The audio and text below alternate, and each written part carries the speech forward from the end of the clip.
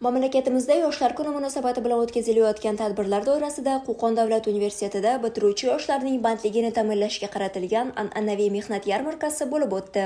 Bugun universitet hovlisi har qachongidan ham gavjum bo'ldi.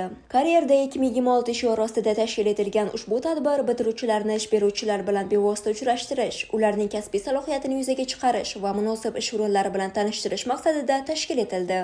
Tadbirning ochilish marosimida Qo'qon shahar hokimi Ma'rufjon Usmonov hamda Qo'qon davlat universiteti rektori professor Dilnoza Xo'jayeva ishtirok etdilar. Ochilish marosimida so'zga chiqqan shahar hokimi Ma'rufjon Usmonov bugungi kunda yoshlarga yaratilayotgan imkoniyatlar, xususan Qo'qon shahrining ijtimoiy-iqtisodiy rivojlanishida bilimli kadrlar o'rni beqiyos ekanligini ta'kidladi.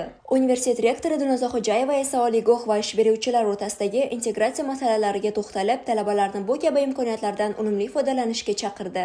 Yarmarkada shahar va viloyat miqyosidagi 50 dan ortiq nufuzli korxona, tashkilot, bank, moliya muassasalari hamda xususiy sektor vakillari o'zlarining bo'sh ish o'rinlari bilan qatnashdilar. Tadbir doirasida talabalar va bitiruvchilar bo'lajak ish beruvchilar bilan bevosita suhbat qurib, korxona talablari va ish sharoitlari haqida ma'lumot olishdi. Ko'plab yoshlar o'zlarining namunaviy rezyumelarini joyida topshirib, kadrlar zaxirasiga kiritildilar. Mutaxassislar tomonidan ishga joylashish va suhbatdan o'tish sirlari bo'yicha zarur maslahatlar berildi. O'tkazilgan mazkur mehnat yarmarkasi nafaqat bitiruvchilar uchun, balki o'ziga munosib kadr qidirayotgan tadbirkor va tashkilot rahbarlari uchun ham samarali muloqot maydoni bo'lib xizmat qildi. Tadbir yakunida o'nlab bitiruvchilar bilan ishga joylashish bo'yicha dastlabki kelishuvlarga erishildi va shartnomalar imzolandi.